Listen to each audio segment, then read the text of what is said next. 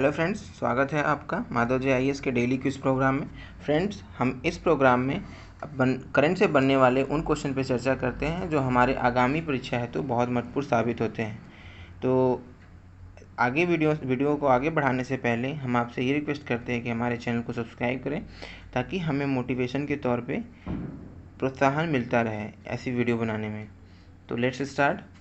First question, निम्नलिखित कथनों पर विचार कीजिए। पहला, श्रम बल की भागीदारी दर अनिवार्य रूप से यह व्यक्त करती है कि जनसंख्या का कितना प्रतिशत कार्यबल का हिस्सा बनना चाहता है। सेकंड, निम्न बल की भागीदारी दर का आशय है कि कम लोग आर्थिक गतिविधियों में शामिल या होना चाहते हैं। तो इस क्वेश्चन का सही आंसर है केवल दो। वो कैसे, आइए हम विस्तार से जानते हैं।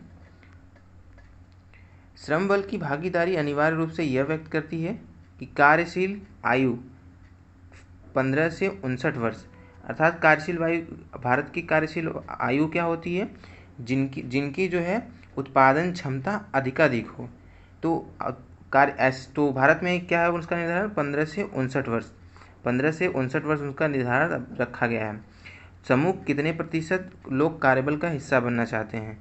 और फिर लिखा गया कि कम शक्ति भागीदारी दर देश के समग्र उत्पादकता कल्याण को कमजोर करती है क्योंकि कम लोग आर्थिक गतिविधियों में शामिल होना चाहते हैं। तो ऐसे में इस प्रश्न का उत्तर बी है। आइए हम नेक्स्ट प्रश्न की तरफ बढ़ते हैं। चर्चा में रहे लेमरू हाथी अभ्यारण्य एक प्रस्तावी हाथी अभ्यारण्य है। यह कहाँ स्थित है। तो पहला ऑप्शन मध्य प्रदेश, दूसरा केरल, तीसरा छत्तीसगढ़, चौथा असम। तो इस प्रश्न का सही जवाब है सी, छत्तीसगढ़। इसके विस्तार को जानते हैं। प्रस्तावित लेमरू हाथी अभ्यारण्य छत्तीसगढ़ में है। आपको बता दें कि 2005 में ये प्रस्तावित किया गया था तथा 2007 में इसको अनुमोदन या अनुदान प्रदान किया गया था, जो अब बन के तैयार हुआ है। इसका उद्देश्य मानव व वन्यजीव के बीच संघर्ष को कम करना है। तो इस प्रश्न का सही जवाब है छत्तीसगढ़, यानी ऑप्शन सी। आगे प्रश्न की तरफ बढ़ते हैं। इस क्वेश्चन नंबर 3, बहुक्षेत्रीय तकनीक यानी आर्थिक सहयोग के लिए बंगाल खाड़ी पहल बिम्स्टेक के संबंध में निम्नलिखित कथनों पर विचार कीजिए। यानी बिम्स्टेक के बारे में विचार करना है। फर्स्ट, बिम्स्टेक एक सेक्टर संचालित सहकारी संगठन है। बिम्स्टेक का मुख्य उद्देश्य बंगाल की खाड़ी के तट पर स्थित दक्षिण एशियाई और दक्षिण पूर्व एशियाई देशों के बीच तकनीकी और आर्थिक सहयोग करना है। अब तक भारत ने केवल एक बार बिम्स्टेक शिखर सम्मेलन मेजबानी की है। तो इस तरह इस प्रश्न का सही आंसर है डी, तीनों। क्या है इस प्रश्न का सही आंसर? डी, तीनों। तो आपको बता दें कि बिम्स्टेक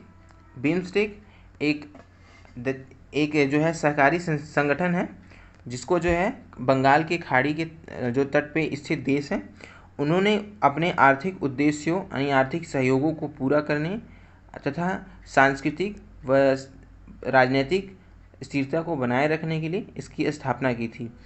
आपके ज्ञान के हिसाब से बता दें कि ये इसके 7 मेंबर हैं, यानी बांग्लादेश, भूटान, भारत, नेपाल, श्रीलंका, म्यांमार और थाईलैंड।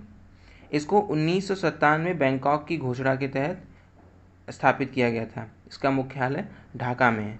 तो इस तरीके से इस प्रश्न का सही जवाब है ऑप्शन डी, 1, 2, 3 तीनों। इसको विस्तार से थोड़ा सा देख लेते हैं।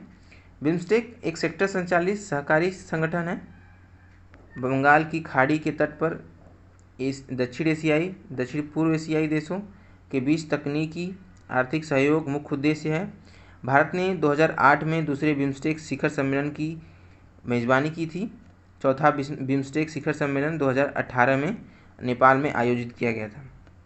तो इस तरीके से इस प्रश्न का सही जवाब है ऑप्शन डी, यानी 1, 2, 3।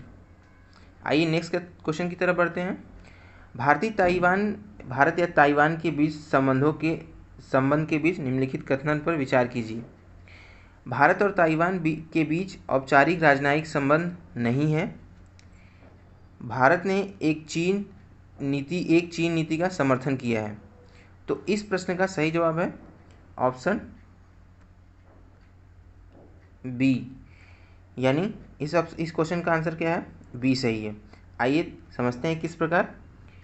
हाल ही में चर्चा में रहे भारत और ताइवान के बीच के संबंधों के बारे में अगर जानें तो यह यानी ताइवान भारत को एक औपचारिक राजनयिक संबंध नहीं है, किंतु यह अनौपचारिक रूप से काफ़ी सहयोग प्रदान करता है।